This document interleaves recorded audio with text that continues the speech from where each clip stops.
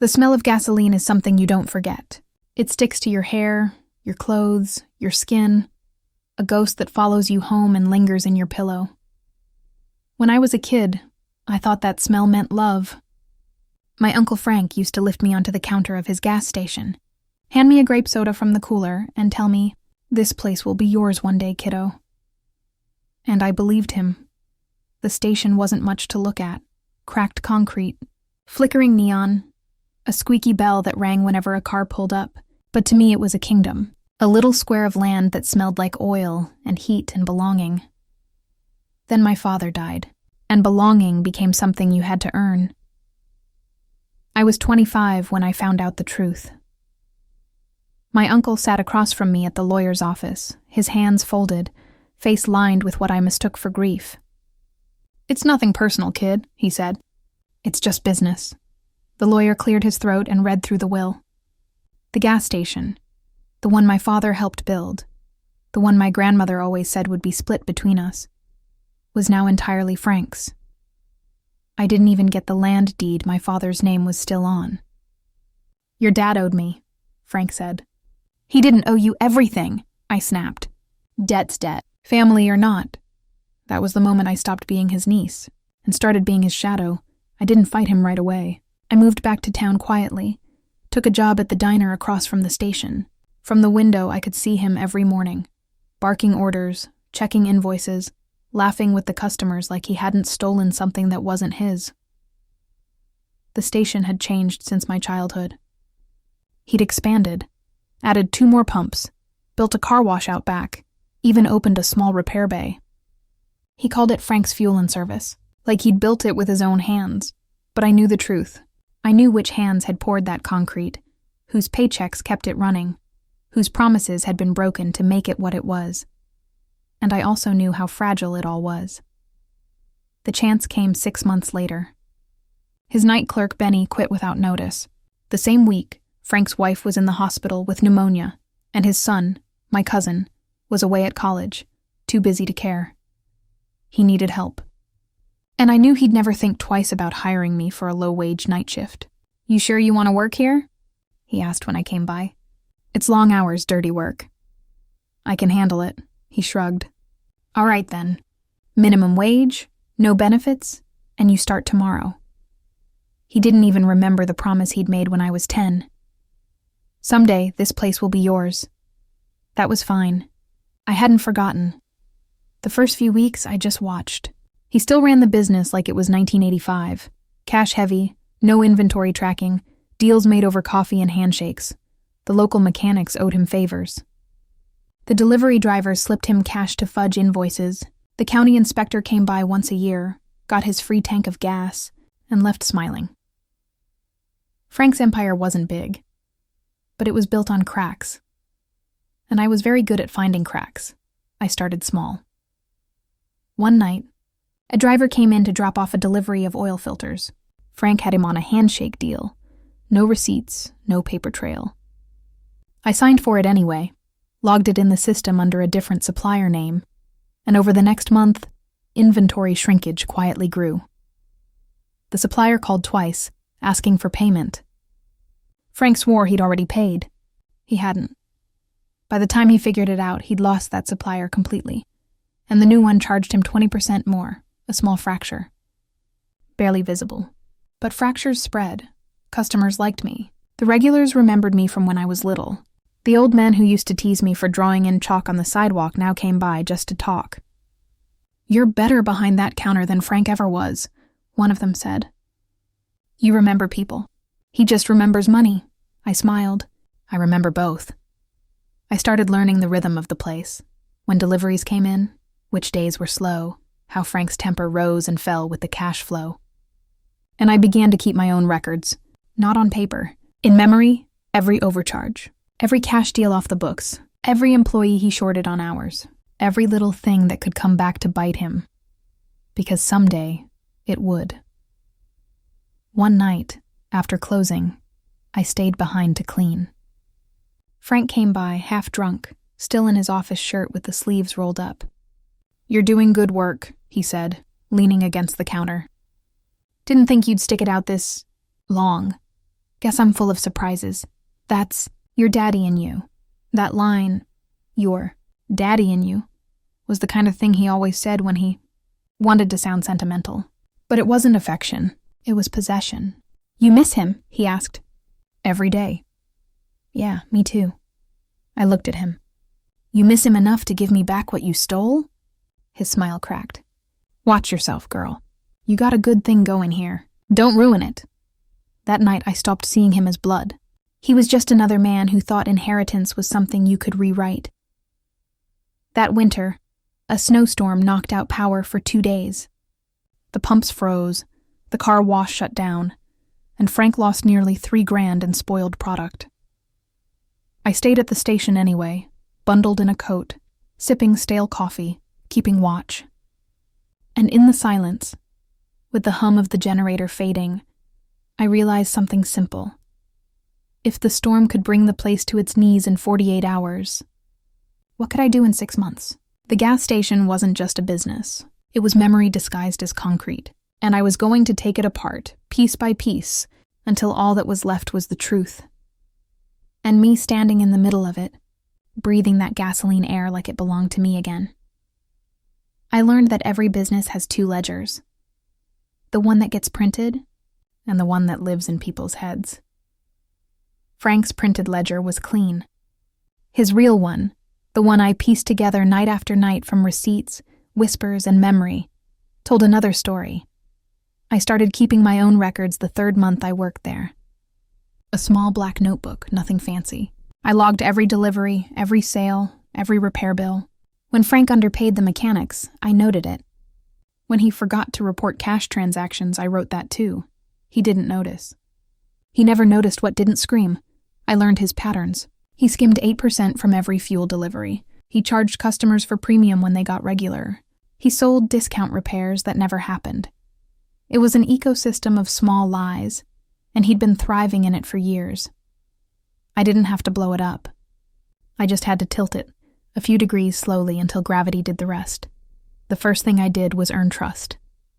He liked to brag that I was family, that I understood the business. So I started asking questions about suppliers, about costs, about the old days. He told me everything. People love to confess to someone they think is harmless. When he went on deliveries, I offered to handle the books. At first just to organize things, then to file tax forms, then quietly to pay the bills. By spring I had access to everything. The next step was subtle. I began correcting things. Small errors on purpose. Misfiling a receipt here, rounding up an expense there. He didn't notice. When the accountant came by at the end of the quarter, she frowned at the discrepancies. You're missing a few invoices, Frank. That's impossible, he said. Then maybe check your files again. He spent a week tearing through drawers, blaming everyone. He never thought to blame me. The best revenge isn't the kind that explodes. It's the kind that leaks.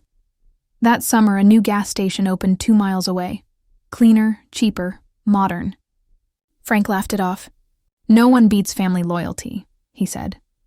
He didn't realize how much of that loyalty had been built on credit or favors, or the illusion of competence. So I helped reality along. When regulars came in asking for specific brands of oil or filters, I told them, "Oh, we stopped carrying those." When the delivery drivers asked about fuel loads, I said, "Frank wants to cut back this week." When the local mechanic called for parts, I said, "We're short on supply. Half-truths always." Enough to plant a seed, and soon the whispers started. Frank's cutting corners. Frank's losing money. Frank's slipping. Rumors grow faster than vines. By August, his sales were down 15%. He blamed the weather, the economy, the new competition.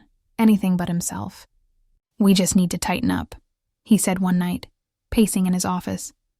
"No freebies, no discounts, and for God's sake, make sure the pumps stay clean." He didn't see the dirt I was planting in the corners. That's when I found the second ledger. The real one. It was buried in a metal drawer in the back office, under a stack of outdated manuals. Handwritten, grease-stained, full of personal loans and side deals that would make the IRS salivate. I didn't take it. I didn't have to. I photographed every page. Then I started making quiet copies of the transactions in the official system. Wrong dates, wrong amounts, wrong suppliers, all small, plausible errors. By winter, nothing lined up. He called the accountant again. She looked tired this time.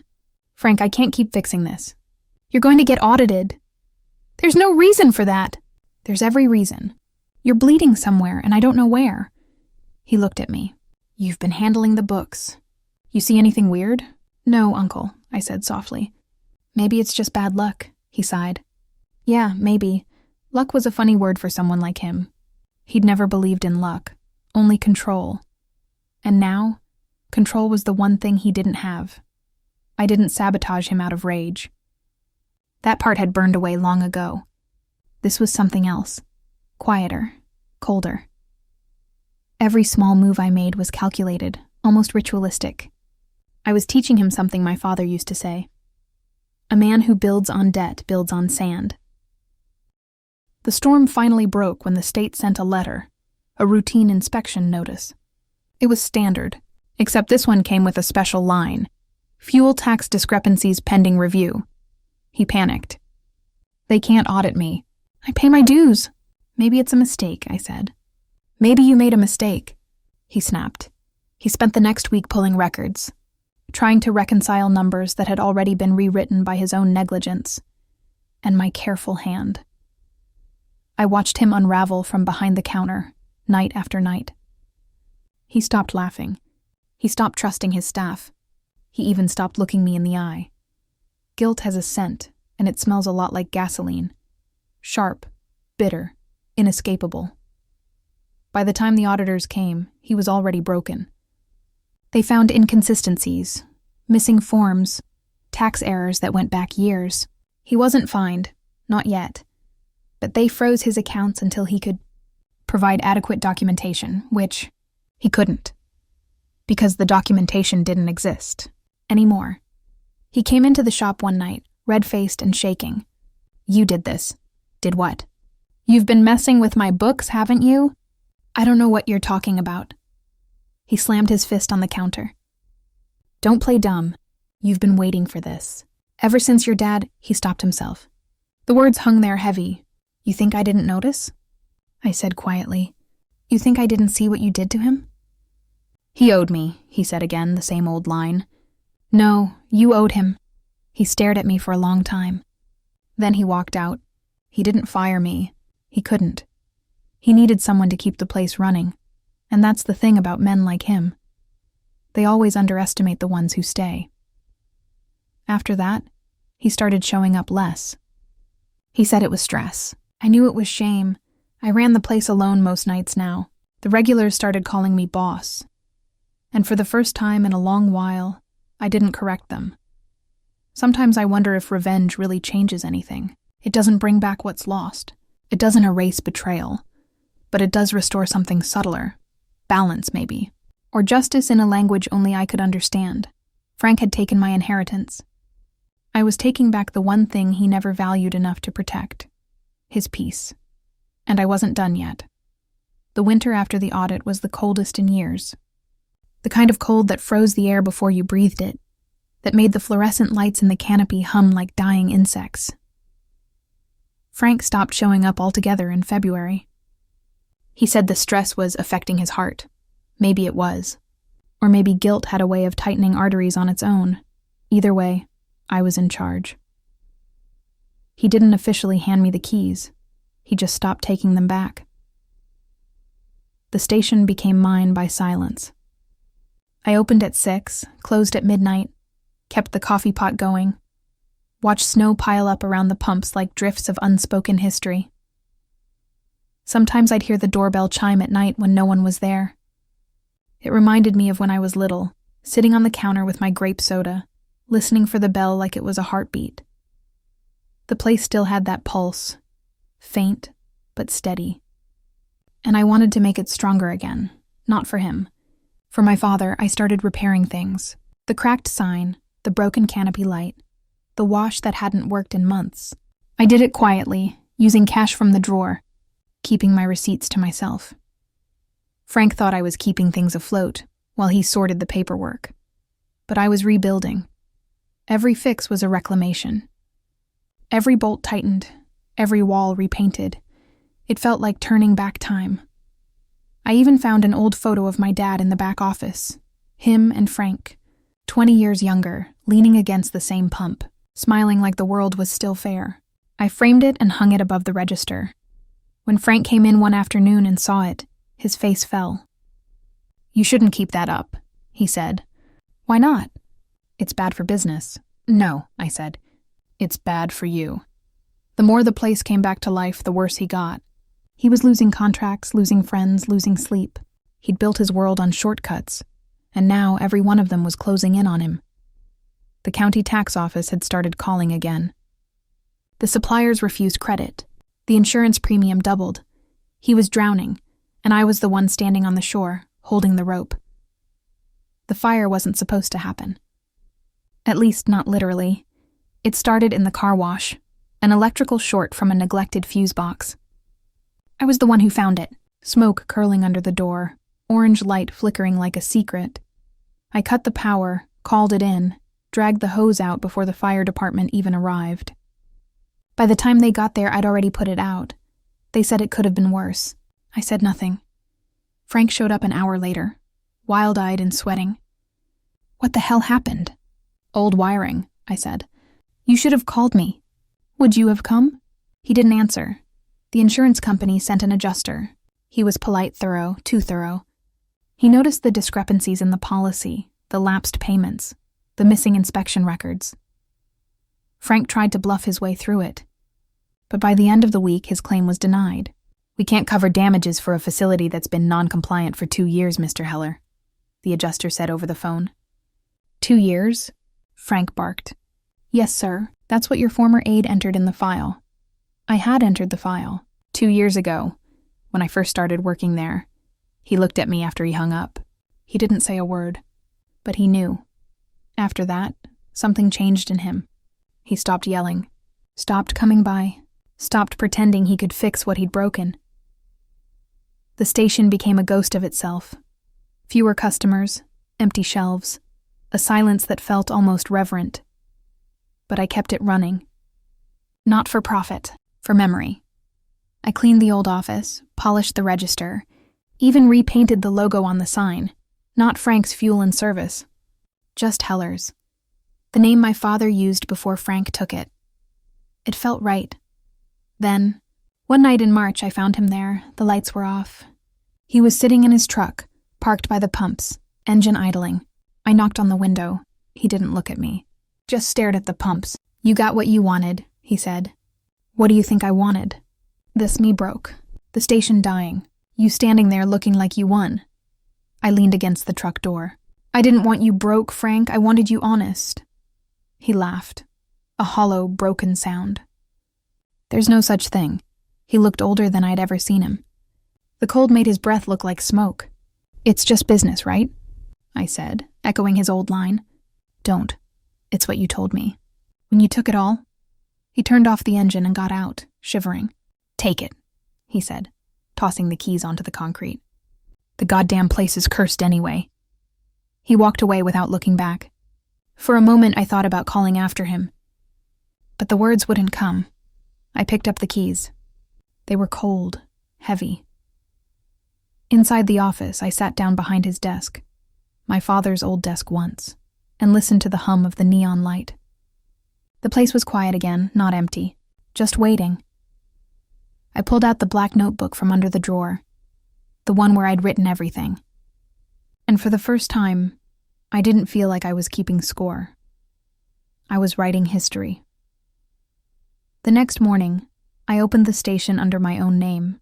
Customers trickled in, surprised but smiling. "He finally retired?" one of them asked. "Something like that," I said. By evening, the pumps were busy again. The smell of gasoline still lingered, but it didn't sting anymore. It smelled like closure. That night, I locked up, walked across the lot, and looked at the sign glowing against the dark. Heller's. It wasn't revenge anymore. It was restoration, a story set back in balance. But I wasn't naive enough to call it forgiveness. Forgiveness is a door you close so you can sleep at night. What I had done was leave it slightly open, just enough for the wind to whisper through, carrying the smell of gasoline and the memory of a promise once made to a little girl sitting on a counter. I didn't expect the silence after victory to be so loud. When Frank disappeared from town, it wasn't triumphant. It was hollow, like someone had unplugged the world. He left a note with the county clerk, transferring ownership temporarily until he sorted his affairs. But I knew that was his way of saying goodbye. Men like him never apologize. They just vanish, hoping time will rewrite the ending for them. The gas station, though, it stayed. The same cracked pavement, the same hum of the sign, the same ghosts of a family that used to believe in promises. And now, it was mine. The first week, I worked alone. It felt right, the solitude, the rhythm. The morning light hitting the pumps, the faint smell of diesel clinging to my sleeves, the small talk with regulars who'd been there longer than I'd been alive. I fixed the things Frank never cared to fix. The flickering canopy light, the rusted air pump, the coffee machine that always sputtered out halfway through a pour. I put up a new sign near the register. Heller's Station, family-owned and operated. Since 1974, it wasn't exactly true anymore. But truth is sometimes an inheritance of intent, not of law. People noticed the changes. Customers started coming back. Truckers spread the word. The old place was under new hands, and it finally felt human again. Even the county inspector stopped by. He took off his hat, looked around, and said, "Glad to see someone finally giving this place the care it deserves." That word, care, stayed with me. It was what my father gave, what Frank exploited, what I had reclaimed. Not through rage, through patience. Frank called once 2 months after leaving. The number came up unknown, but I knew the voice. "You running the place now?" he asked. "Yes." "Good." A pause. "You're better at it than I ever was." For a second, I almost said thank you. But gratitude felt like the wrong language between us. "You could have told me you were leaving," I said. "Didn't think you'd want a goodbye." "You're right." Silence. Then quietly, "Your father would have been proud." He hung up before I could answer. I didn't call back. By summer, the station was alive again. Not big, not flashy, just steady. I added a small mural on the back wall, a painted outline of my father's hands holding a wrench. Kids from town started stopping by, asking about part-time jobs. I hired them all. I taught them the way my father taught me, to listen to the rhythm of a pump, to count cash with care, to treat every customer like a neighbor. One of them asked me once, "Miss Heller, do you ever get tired of the smell of gas?" I smiled. "Never. It smells like family." They laughed, not understanding. And that was okay. Not everything needs explaining. On the anniversary of my father's death, I stayed late after closing. The air was still, the lights humming soft against the dark. I unlocked the office, pulled out the old ledger Frank had kept hidden all those years. It was useless now, filled with debts and deals that no longer existed. I took it outside, set it on the ground beside the dumpster, and lit a match. The pages curled inward, turning black at the edges, the ink dissolving into flame. The fire smelled faintly of paper and gasoline. For a moment, I thought I saw my father's reflection in it, the tired kindness in his eyes, the quiet pride. "It's yours again, Dad," I whispered. The flames dimmed to embers. Before leaving, I wrote one more note in my own ledger, the black notebook I'd started the day I came back. Final entry. The station is balanced. The debt is paid. The name is clean. I closed it, placed it in the desk drawer, and locked it. Not as a secret, but as proof. Proof that some stories don't end in forgiveness or vengeance. They end in equilibrium. When I stepped outside, the air was cool and quiet. A car pulled up to pump 3. A young couple got out, laughing, teasing each other, their voices carrying through the night. I waved, and the girl smiled. "You open late?" "Always," I said. I filled their tank, wiped my hands, and watched them drive off toward the highway. The smell of fuel lingered, warm and familiar. I looked up at the sign glowing in the dark, Heller's, and for the first time since I was a child, I believed it belonged to me. Not because it was given, but because I stayed. That night, as I locked the door, I realized something. Revenge isn't always about destruction. Sometimes it's about endurance, about being the last one still standing when the fire burns out. And if the world ever tried to take it again, I'd know how to rebuild. I'd already done it once. The hum of the lights followed me to the car. The air tasted faintly of gasoline and peace.